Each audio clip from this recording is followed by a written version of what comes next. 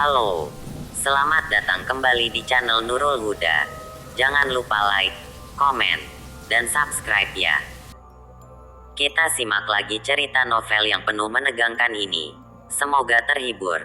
Terima kasih. Cerita novel, Kutukan Tumbal. Episode 49. Keputusan. Penulis, Zaim Novelis. Semua warga setempat memutuskan untuk berunding di rumah kepala desa tentang apa yang sebenarnya terjadi. Mereka duduk melingkar di ruang tamu beralaskan tikar. Di pojok ruangan, diletakkan lemari besi yang menjadi inti. Dek, sekarang jelaskan apa yang sebenarnya terjadi. Kenapa Pak Gunawan bisa tercebur ke dalam sumur? Tanya kepala desa. Sebenarnya, ini semua ada kaitannya dengan lemari besi yang diambil Pak Gunawan dari dalam laut. Jelas Kayla enggan. Tangannya gemetaran menatap satu persatu sorot mata warna yang seolah mengintimidasinya. Maksudnya, Pak Kepala Desa masih tak mengerti. Saya adalah anak indigo. Tak hanya bisa melihat makhluk gaib, saya juga bisa melihat aura atau kejadian di masa lalu dari benda atau bangunan yang memiliki aura mistis. Jadi, menurutmu, lemari besi itu mempunyai aura mistis? Bukan hanya aura mistis. Lemari besi itu memiliki kutukan. Kutukan. Semua warga terpental kaget. Kami tidak tahu kalau lemari besi itu akan diambil Pak Gunawan. Tapi, dari mana kalian menemukan lemari besi itu? Lemari besi itu adalah milik seseorang yang memiliki pesugihan kandang bejat. Satu-satunya hal yang bisa menetralisir kutukan itu adalah kesucian air laut. Itulah sebabnya kami membuang lemari besi itu ke laut. Beberapa warga mengangguk percaya. Memangnya, lemari besi itu isinya apa? Tanya salah seorang warga. Lemari besi itu kosong. Timpal Kayla berbohong. Kalau para warga tahu bahwa di dalam lemari besi itu ada sebuah ruangan kedap udara yang berisi boneka emas, dia yakin para warga akan berebut. Tak peduli jika boneka emas itu mengandung kutukan atau tidak. Berarti, kita harus membuangnya kembali ke laut. Lebih ke tengah biar tidak ada orang lagi yang bisa mengambilnya. Saran salah seorang warga. Setuju. Beberapa warga mengangguk membenarkan. Salah seorang ibu-ibu yang duduk di dekat lemari besi tak mendengarkan percakapan. Dia melamun.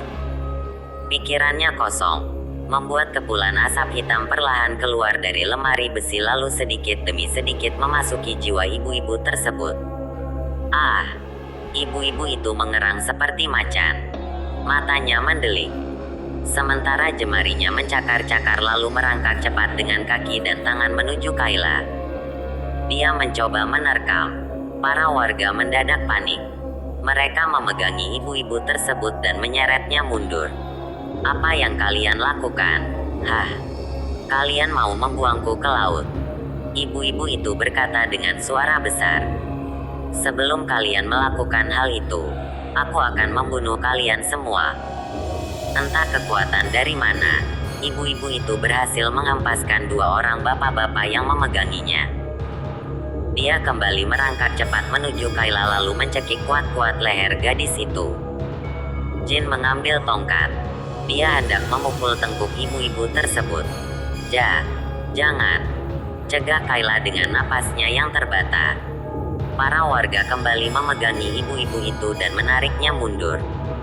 Namun, ibu-ibu itu kembali meronta-ronta ingin kembali mencekik Kayla. Uhuk. Kayla terbatuk. Lehernya terasa sangat sakit. Kai, kamu nggak apa-apa, kan? Kai, tanya Jin cemas.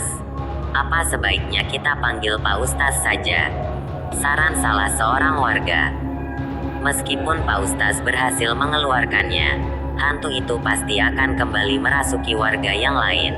Sanggah Kayla. Lalu apa yang harus kita lakukan? Satu-satunya cara adalah membuang lemari besi itu ke laut yang paling dalam agar tidak ada orang lagi yang bisa menemukannya. Ayo semuanya, bantu saya membuang lemari besi ini. Perintah Pak Kepala Desa.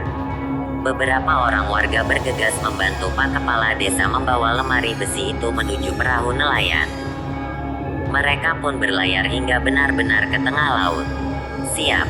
tanya Pak Kepala Desa. "Dorong." Lanjutnya, para warga menceburkan lemari besi itu. Dan, biur, suara cipratan air membuat perahu sedikit oleng. Dari tepi pantai, Kayla dan Jin akhirnya bisa menghela napas lega. Mereka berharap tidak ada lagi orang yang menemukan lemari besi itu ataupun pecahan-pecahan boneka emas lainnya. Episode 50. Bahagia dan tenang. Penulis, Zaim Novelis. Jin meraih tangan Kayla dan menggenggamnya erat. Mereka menyusuri pantai dengan kaki telanjang, membiarkan butir-butir pasir menggelitik kaki mereka. "Kai," panggil Jin.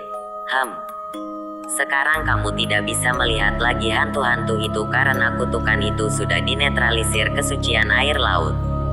"Iya kan?" Kayla mengangguk. Tapi, bukankah semua tragedi ini ada kaitannya dengan pesugihan Pak Sugeng? Berarti Pak Sugeng bisa jatuh miskin dong." Pesugihan kandang bejat yang dimiliki Pak Sugeng adalah perjanjian buyutnya dengan iblis. Pesugihan itu membuat 7 turunan menjadi kaya raya. Namun, 7 turunan berikutnya akan menjadi teramat sangat miskin. Lemari besi dan boneka emas itu hanya sebagai syarat awal perjanjian buyutnya dengan iblis.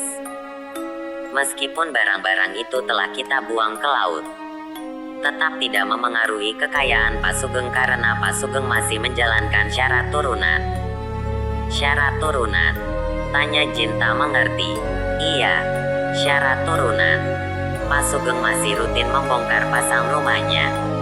Itulah sebabnya pesugihan yang dimilikinya dinamakan pesugihan kandang bejat. Karena sebagus apapun rumahnya, Pak Sugeng pasti mencari-cari alasan untuk merenovasinya." "Oh." Jin mengangguk paham. "Berarti kasihan dong 7 turunan selanjutnya." Keegoisan manusia memang susah ditebak. Males ngomongin hantu melulu. "Gimana kalau kita main game aja di game zone?" Kayla mengangguk. "Yuk." Sepasang muda-mudi itu berlari menuju tempat parkir dengan tawa renyah mereka. Jin menunduk. Dia menyiapkan sepatu depan kaki Kayla, lalu menarik salah satu kaki Kayla untuk memasuki sepatu tersebut. "Nggak usah, J. Aku bisa pakai sendiri kok," tolak Kayla. Jin berdecak. "Bawel." Pipi Kayla berdesir malu. Dia perlahan memasukkan kakinya ke sepatu itu.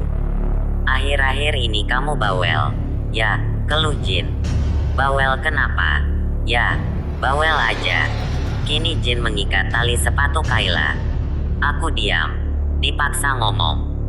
"Sekarang aku bawel, kamu mengeluh." Kayla mengerucutkan bibirnya. Jin terkekeh, mengacak gemas rambut Kayla. "Iya, deh. Aku minta maaf." Jin suka bertengkar ringan seperti itu dengan Kayla. Wajah Kayla yang kalem membuat Jin ingin terus menggodanya. "Nanti kita main game apa?" tanya Kayla. "Game mobil-mobilan, tembak-tembakan, sama karaoke. Gimana? Boleh." Kayla mengangguk senang. Jin mengambil helm yang ia letakkan di kaca spion, memasangkan helm tersebut ke kepala Kayla, lalu menepikan beberapa helai rambut Kayla yang menutupi kecantikan gadis kalem itu. Tentu hal itu membuat pipi Kayla kembali berdesir. Keduanya pun menaiki motor, melaju, membelah jalan raya yang cukup padat. Kayla meneguk ludah. Punggung Jin yang lebar membuatnya ingin bersandar sebentar di sana. Lama juga tak apa-apa. Tangan Kayla mulai merambat, melingkar ke sekeliling pinggang Jin, membuat Jin kaget seraya mengulum senyum. Kemudian Kayla perlahan menyandarkan kepalanya ke punggung lebar Jin, bertanya-tanya apakah punggung itu akan menjadi tulang punggungnya kelak. Tamat.